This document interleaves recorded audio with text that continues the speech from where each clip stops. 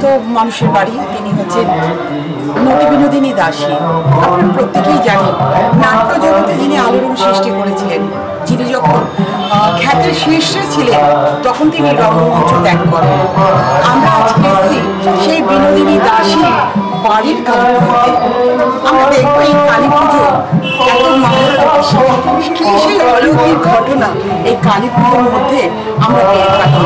এবং বিনোদিনী দাসী যে কালী পুজো শুরু করেছিলেন, তার উত্তরসূরিরা কিভাবে সেই কালী পুজো, তার উত্তরসূরিরা কিভাবে সেই কালী পুজো গ্রহণ করে নিয়ে চলেছেন। আসুন আমরা সেই বিষয়ে দেখি।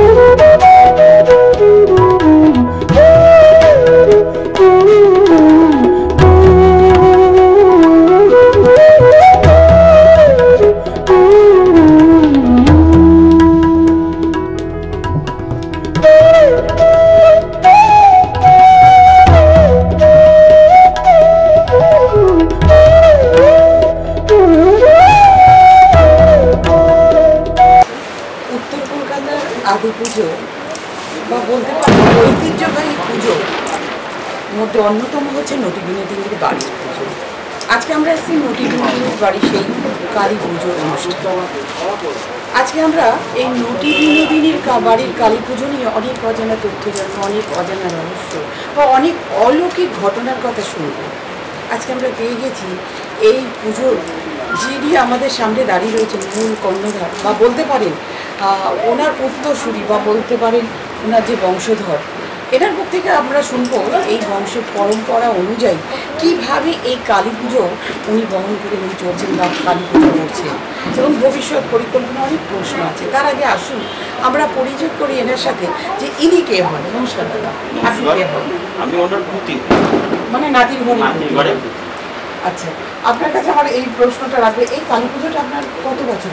এইটা আমি আপাতত আমি নিজে 10 বছর ধরে চলছে। এটা ওনার আমল থেকে হয়ে এসেছে। মূর্তিখানে বন্ধ করে দেওয়া হয়েছিল কারণ আমার মেয়েটা তো মারা গেছে, তার জন্যই সব বাড়ির সবাই বলেছিল নিশ্চয়ই কোনো অঘটন ঘটেছে, তার জন্য পুজোটা বন্ধ করে দেওয়া। আচ্ছা, এই পুজোটি নটি বিনোদিনী দাসীর আমল থেকে যে শুরু হয়েছে তার আগের থেকে? না না, উনি যা কিছু করেছেন উনি, কারণ উনি শেষ জীবনটা এই ধর্মে কর্মে জীবন মানে সেবাতেই চালিয়ে তার প্রমাণ হচ্ছে নারায়ণ প্রতিষ্ঠা করেছিলেন। এবং এমনও ঘটনা জানা আছে যে উনি শেষ জীবনে খুব শ্বাসকষ্ট ছিল, তখন উনি নারায়ণকে একদিন এসে বলছে এই কষ্টের হাত থেকে আমি যদি আপনারা যদি মুক্তি না দাও তুমি, তাহলে আমি তোমাকে কালকে গঙ্গায় ভাসি।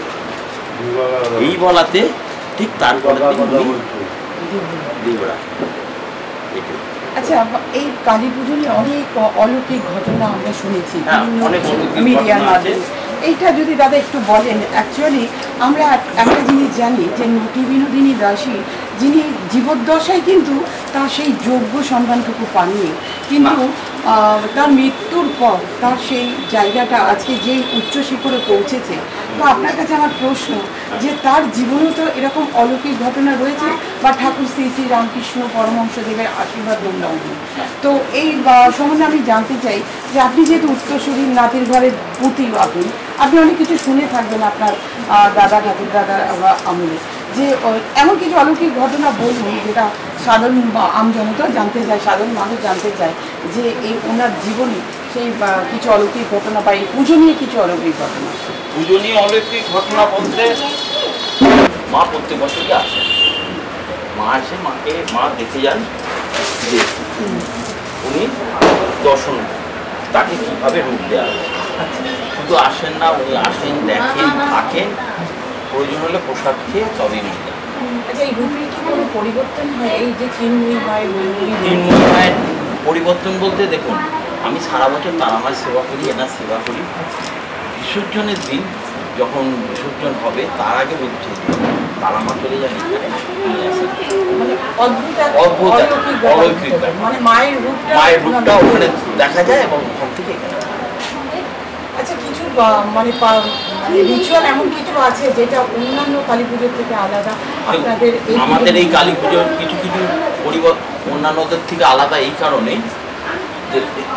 যে যে কালী পুজো সাধারণত নর্মাল হয়, আমাদের কিন্তু কালী পুজোটা 108 পদ্ম দিয়ে সংকল্প করা এক, এবং আরতির সময় পুষ্পবৃষ্টি হয়ে মাঠে সবাই তার মঙ্গল কামনা করে। এবং অন্যান্য বাড়ির সঙ্গে আমাদের বাড়ির পুজোর তফাৎ হচ্ছে আমাদের মাকে আগে আহ্বান করা হয়, আহ্বান করে আরতি করে মাকে বরণ করে আরতি করে মাকে আনা হয়, তারপর পুজোয় বসা হয় এবং তারপরেও আবার আরতি হয়। মানে যে রূপ দেবার পর সব কিছুর পর মাকে আবার তাকে কতটা সজ্জিত করা হয় যে এই ধরুন এইসব গহনা ঢেকে যাবে, এরপর পুষ্প এসব গহনার ঢাকা পড়ে যাবে মালা, এবং তারপরে মায়ের মুকুট সব ফুলের সাজে সাজবেন। মানে ওনার উনি আদেশ দিয়েছেন যে আমাকে গয়না পরিয়েছি, আমাকে ফুলের সাজে সাজা, সেই থেকেই এইভাবে চলে আসছে। আচ্ছা, আপনি কত বছরের পুজোর ধারাবাহিকতা? আমি আপাতত এখনো পর্যন্ত এটা 10 বছরে পারি, চেষ্টা করে যাচ্ছি যতদিন প্রাণ থাকবে এই পুজো চালিয়ে। এরপরে আমার পর আমার মেয়ে আপনাদের সঙ্গে সাক্ষাৎকার হয়েছে, ও এসে আপনাদের কথোপকথন করেও গেছে যে ও যতটা টানতে পারে আশা করি ওর পুরোটাই টানবে, কারণ বাবার স্মৃতি এবং তার বংশের স্মৃতি হিসেবে বাঁচিয়ে রাখার চেষ্টা করবো, মানে সেইভাবেই আমি তৈরি করেছি। আচ্ছা দাদা, আরেকটা জিনিস জানি, এই পুজোয় একটা জিনিস আমরা জানি যে আপনার মেয়ে যেটা বললেন যে অনেক অলৌকিক ঘটনার সম্মুখীন ও হয়েছে, ও একটা বাচ্চা মেয়ে, কিন্তু ও অনেক কিছু ফিল বা অনুভূতি পেয়েছে। এই অনুভূতিটা যে সবার মধ্যে আছে, মানে এই ফ্যামিলিতে যারা রয়েছে বুঝতে পারেন যে? হ্যাঁ, বুঝতে পারি সবাই। এই আমার একটা ভাই বৌদি আছে, এরা আসছে পুজোর সময় যে মা আসেন, যে মা বিরাজ করেন, সেই উপলব্ধিটাও এরা করতে পারে। ফ্যামিলির কেন যারা যারা এখানে উপস্থিত আছে তারা সব বুঝতে পারে যে এইখানে যে মা এসেছে, মা বিরাজ করছে।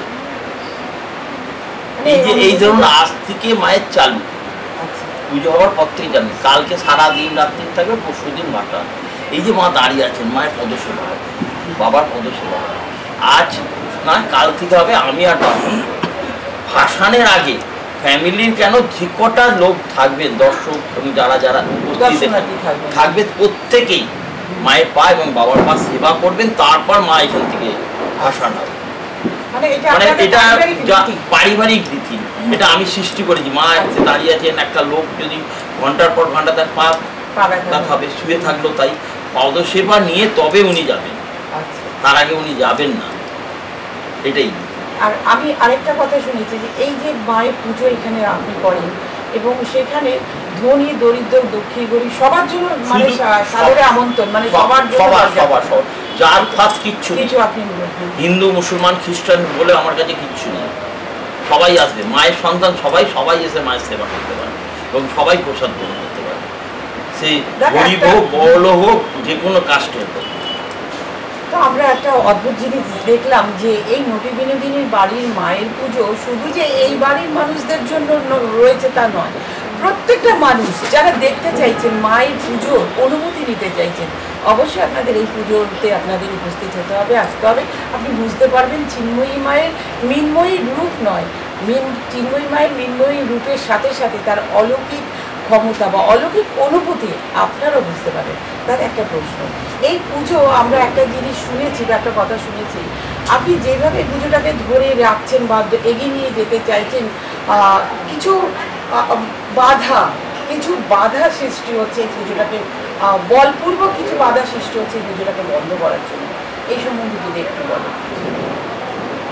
বলাটা ঠিক উচিত না, কিন্তু আপনি যখন প্রশ্ন করলেন আমাকে বলতে পারবেন। বলাটা উচিত নয়, কিন্তু যেহেতু মায়ের পুজো বন্ধ করার, বলপূর্বক বন্ধ করার রাইট কারণ নেই, কিন্তু বর্তমান যা পরিস্থিতি চলেছে তাতে অনেক লড়াই করতে হচ্ছে আমার। এবছরই তো আমার গেট বন্ধ করে দেওয়া হয়েছিল, আচ্ছা, এখানকার বারোয়ারিরা আমার গেট বন্ধ করে দিয়েছিল, আমাকে পুজোর মানে আমার বাড়িতে কেউ যাতে ঢুকতে না পারে, একটা ফালি রেখেছি। সেটাকে আমি অবজেকশন করে কাউন্সিলরের কাছে অবজেকশন করে প্রত্যেক বছর ঝামেলা চালিয়ে যাচ্ছে। কিন্তু আমি যদি আজকে ধরুন তাদের এগেনস্টে আমার যে কর্পোরেশনের পারমিশন নেওয়া, সেই পারমিশন নিয়ে যদি কোর্টে চলে যাই, তাদের পুজোটা কিন্তু বন্ধ হয়ে যাবে। কিন্তু আমি চাই না, সেখানেও মা আমারও মা, সেও পুজো করুক আমিও করুক। কিন্তু এখন এমন একটা সিচুয়েশন দাঁড়ে আমার দেয়ালে পিঠ থেকে যাচ্ছে, আর পেরে উঠছে না, বাধ্য হচ্ছে সবাইকে জানানো এবং বলা উচিত না। সবাই আমার পাশে এসে এগিয়ে দাঁড়িয়েছে, আমার সাথে দাঁড়িয়ে প্রত্যেকে প্রতিবাদ করছে যে তোমরাও পুজো করো, ও করুক, ও তো কাউকে ডিস্টার্ব করছে না, তোমরা কেন করতে। কিছু সংখ্যক লোক, ব্যক্তিগত কিছু সংখ্যক লোক তারা বন্ধ করার ব্যক্তিগত আক্রোশে করার চেষ্টা। তো আমরা একটা জিনিস দেখলাম যে ব্যক্তিগত আক্রোশ দিয়ে মায়ের পুজো বন্ধ করা যায় কোনোদিনই পারবে না। মা সেটা হতে দেবেন না। জগৎজননী মা যখন এই নটি বিনোদিনীর বাড়ির কালী পুজোতে যখন আমরা বা আমাদের ক্যামেরা এসছে, আমরা প্রত্যেক বছর চেষ্টা করি মায়ের এই পুজোতে আসার জন্য, কারণ একটা আলাদা টান অনুভূতি বা অনুভব করি আমরা, একটা অদ্ভুত আকর্ষণ মায়ের কাছে। মায়ের মুখ দেখে আমাদের মনে হয় সত্যি পরম তৃপ্তি, পরম পাওয়া। আজকে যখন এই বাড়িতে এসেছি, দাদার মুখ থেকে আরেকটা জিনিস জানবো। দাদা, এই অনুষ্ঠানে বা এই পুজোতে আপনি খুব ধুমধাম করে পুজো করেন। আমি ধুমধাম করি না, উনি করান, উনি সাপোর্ট দেন, আমি সেটাকে পথ দেখে এগিয়ে নিয়ে চলি। কারণ একটা অদ্ভুত ব্যাপার বলছি, যে একটা ছোট্ট উদাহরণ দিই। আমার আজকে ভোগ হবে মায়ের, এই ভোগ আজ পর্যন্ত আমার আশার বাইরে, মানে কেউ না খেয়ে ফিরে যায়। শুধু আজ না, যারা আসতে পারিনি আগামীকাল তাদের আবার দুপুরের পর অন্নভোগ আছে। মানে এই ভোগের রীতিটা কি এটা বংশ পরম্পরা হয়েছে যে জবে থেকে চালু হয়েছে? এইবার ধরুন কিছু পরিবর্তন হয়েছে, কিছু পরিবর্তন করেছি, আমি কিছু অ্যাড করেছি এই কারণে আমার মনে হচ্ছে আত্মা মনে হচ্ছে যেন মা চাইছে এই জিনিসগুলোতে। এই টাইমে এঁচড় পাওয়া যায় না, আমি কিন্তু এঁচড় মাকে এঁচড় খাই, এই প্রথম চালু করি মাকে ভোগ দিয়ে এঁচড়, তবেই আমার বাড়িতে এঁচড় আছে। আমি সারা বাজার খুঁজলেও পাবেন না। এই কালী পুজোর দিন এখন অনেক জায়গা করছে, কিন্তু আমি বহু দিন ধরে তো এই যে নতুন কিছু মানে আগে যে পুরাতন মানে আগের দিনের ভোগটা হচ্ছে কিরকম, ধরুন একটু খিচুড়ি, লাবড়া এই ধরনের, কিন্তু আমার হচ্ছে বহু রকম ভোগ। আপনাকে বললে আপনি অবিশ্বাস্য করবেন। আমার ধরুন 17 রকম ভাজা থাকে, আলুর দম থাকবে, লুচি থাকবে, পোলাও থাকবে, খিচুড়ি থাকবে, লাবড়া থাকবে, ফুলকপির রোস্ট থাকবে, এঁচড়ের ডালনা থাকবে, চাটনি, পায়েস, একদম পায়েস, মিষ্টি, চাটনি মায়ের কাছে সেবা দেয়। এবং এইটা শুধু মায়ের জন্য না, যে পরিমাণে লোক পরিমাণ হবে সেই পরিমাণটা এখানে মাকে ভোগ দেওয়া হবে। যে কেউ বলতে পারবে না, অনেকে দেখবেন যে একটু মায়ের জন্য থালায় করে নিয়েছে, ওটা মিশিয়ে দেওয়া হলো, আমরা সেটা পুরো পরিমাণটাই এখানে আছে এবং সেই পুরো পরিমাণটাই আছে। কারণ আমার রীতিটা এইটাই যে একটা উৎসর্গ করা হবে, সে তার থেকে বেরিয়ে হবে। যেমনি কালকে সকালবেলা যে আপনার ভোগ দেওয়া হবে, সন্ধ্যের ভোগটা আলাদা, সন্ধ্যের ভোগটা টোটালি শুকনো, নাড়ু, অমিত্রি, গজা এই দিয়ে মাকে ভোগ দেওয়া হবে। মানে এক একটা দিন এক এক প্রত্যেকটা ঠিক আসবে। কেউ বললাম না, মায়ের আশীর্বাদে বলা উচিত না, মানে শেষ হয় না। মায়ের আশীর্বাদ সম্পূর্ণ। আমরা অনেক সময় ভাবি যে এত লোক এসে যেতে পারবো তো, খালি মা ওপর থেকে বলেন যে তুই যা, তুই নিজে যা, তো অদ্ভুত এখন দাদা। আপনার কাছে আমি একটু প্রশ্ন, ভবিষ্যতে কি কোনো এই পুজোটাকে নিয়ে অন্য কোনো পরিকল্পনা রয়েছে বড় করে বা অন্যভাবে? দেখুন বড় করে বা অন্যভাবে, দেখুন প্রত্যেকেই চাই বড় করে, কিন্তু আমি একটা শিডিউল বেঁধে দিয়েছি তো, এর বাইরে এই 3 দিনে 4 দিন, এই 3 দিনে মাকে যা সেবা করো মা তার আচ্ছা, বিসর্জনের কিছু নিয়ম রীতি রয়েছে? বিসর্জনের নিয়ম রীতি বলতে দেখুন এমনি কোনো নীতি নেই, যে কি বলবো আপনাকে, আমরা প্রথম বছর চেয়েছিলাম বিসর্জনের শোভাবাজার ঘাটে দিতে, কিন্তু মা নিজেই নিমতলা স্ট্রিটে গেছে। মায়ের ইচ্ছেতে সেই থেকে নিমতলা মানে সবকিছুর মধ্যে একা যদি আমরা একটু। আর এই যে দেখছেন হাতে শাঁখা পলা বেনারসি, এই কিন্তু খোলা হবে না এই সহজে, খালি গহনা খুলে নেওয়া হবে। শাঁখা পলা আমি রথের দিন দিয়ে আসি, অরিজিনাল শাঁখা পলা। এই শাঁখা পলার লোহা এই অবস্থায় এবং এই বেনারসি সমেত বাবাই জোর সমেত যাবে, যে এত দামি বেনারসি খুলে তাই নয়, ওখানে দাঁড়িয়ে থেকে যাতে না কেউ খুলতে পারে। ওখানকার পুলিশ এবং পুলিশদের আমার সেরকমই নির্দেশ থাকে, কেউ খুলে নেবে না। অনেকে চেয়েছিল মায়ের আঁচল, যে সবটা থাক একটু আঁচলের ফুলটা দেয়, আমি চিন্তা অন্য জিনিস হবে। আপনি চিন্তা করুন না, আমি মাকে পড়িয়েছি যে দামই করবে তাকে খুলে নেওয়াটা কিন্তু ঠিক একদমই না। মাকে নিজের আত্মার সাথে আপনি মিশিয়ে একদম। হ্যাঁ, এই তারা মার বেনারসি এইটা থাকে, এটা ঘরের বাইরে যাবে, ঘরে থাকেন এবং এই বেনারসি মা পড়বে, 3 দিন পড়বে, তারপরে আমার গিন্নির কাজে চলে যাবে। এর যে অসীম ক্ষমতা, তার ছোট্ট একটা উপমাদি, আমার গিন্নি হেঁটে যদি বলেন নিমতলা স্ট্রিট যাও যেতে পারে, বলবে না আমি পারবো না। মায়ের এটা পড়ে যখন ভাসানের দিন এটা পড়ে যখন হাঁটে ফিল করতে পারে না যে কখন সে নিমতলা স্ট্রিট। মানে এটাই মায়ের আশীর্বাদ আর মায়ের অলৌকিক ক্ষমতা। তো বন্ধুরা, আপনারা দেখলেন বা শুনলেন, অনেক অজানা তথ্য জানলেন, অনেক অজানা রহস্য আমরা শুনতে পেলাম। আর এই নটিবিনোদিনীর বাড়ির কালী পুজোতে এসে এবং এটা তন্ত্রমতে হয়, কি তন্ত্রমতে পুজো, তন্ত্রমতে এই কারণে তন্ত্রমতে কিন্তু পান থেকে চুল করে বিপদ। এই যে ব্রাহ্মণ যেটা করছিল, এটা কিন্তু আমার নিয়মের বাইরে, আমি চাইনি। আচ্ছা, ধীরে ধীরে আগে মাকে মালা পরাবো, এখানটা পরিষ্কার করবো, তারপর পুজো রাখবো। এই যে তন্ত্রমতে মানে শাক্ত মতে নয়, তন্ত্রমতে পুজোটা, এটা কি প্রথম থেকে প্রথম থেকে? এই দেখুন, এটা তো দুটো মত হয়। তন্ত্রমতটা আমি যাহাতক তন্ত্রের কাজ করি, সাহস নিয়ে তন্ত্রমত নিচ্ছি, তাতে যেমন ভালো ততটাই 19-20 হলে এই ধারাবাহিকতাটাই এগিয়ে যাবে। ভবিষ্যতে যখন আপনার উত্তরসূরি পুজোটা করবে, এই তন্ত্রমতে পুজোটাই করবে। সেইভাবেই মেয়েকে তৈরি করছি, যে তন্ত্রটা তো কিছুটা শিখতে হবে এবং আশা করেও শিখে যাবে বাবার ভবিষ্যতে। মানে বিয়েও কি এই পুজোতে বা তন্ত্রমতে না, তন্ত্রমতটা যদি শিখে যায় তাহলে পুজোটা করতে অসুবিধা হবে। সে তন্ত্র সাধনা নাই করতে পারে, কিন্তু তন্ত্রমতটা যদি শিখে যায়, কীভাবে নিয়মটা যদি শিখে যায়, তাহলে সে অসুবিধা হবে, তার অসুবিধা। এবং এই ব্রাহ্মণের পাশে কনস্ট্যান্ট আমাকে বুঝতে হয়, যে ব্রাহ্মণ পুজো করবে বলে দিতে হয়, কারণ উনি ভয় পান যদি 19-20 হয়। আর আমার হচ্ছে আমি যেখানে অসুবিধা হবে, দাদা আমি বললাম এইভাবে বলতে থাকুন, এই মন্ত্র উচ্চারণ করতে যাবেন, মায়ের ভগবান।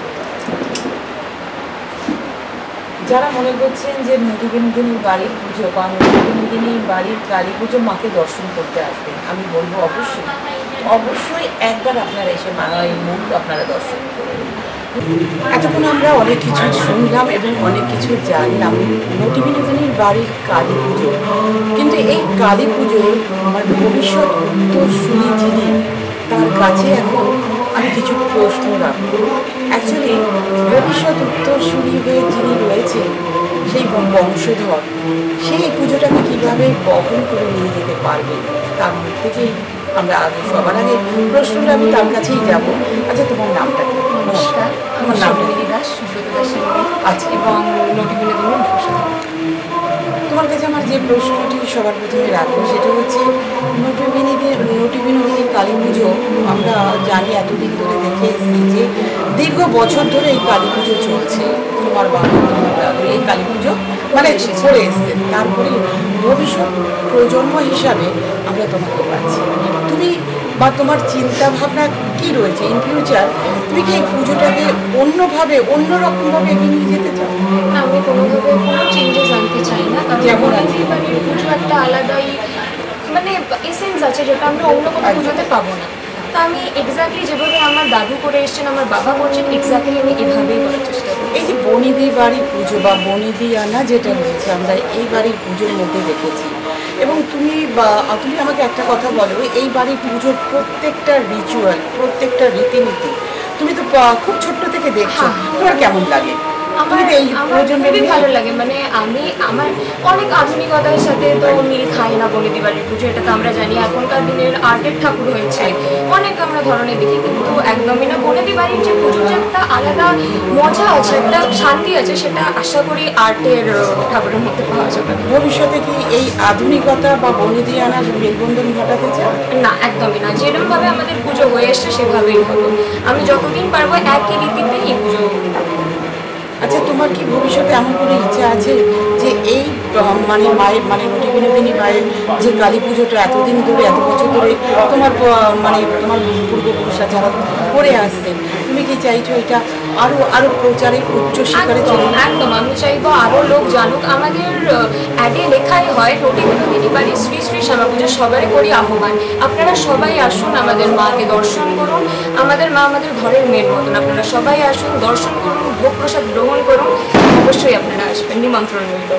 আচ্ছা, একটা কথা আমি শুনেছি যে এই কালী পুজোর মধ্যে না উন্মুক্ত দ্বার, তুমি যেটা বললে সবার জন্য দরজা খোলা রয়েছে।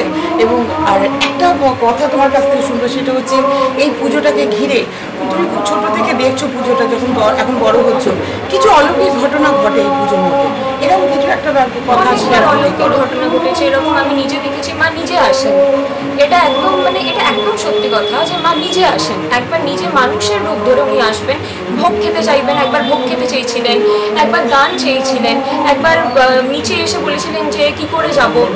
সবাই দেখেছে যে উনি ছাদে আছেন, বসেছেন, কথা বলেছেন, ইভেন জিজ্ঞেসও করেছেন আমার মাকে যে ভোগ কখন দেওয়া হবে।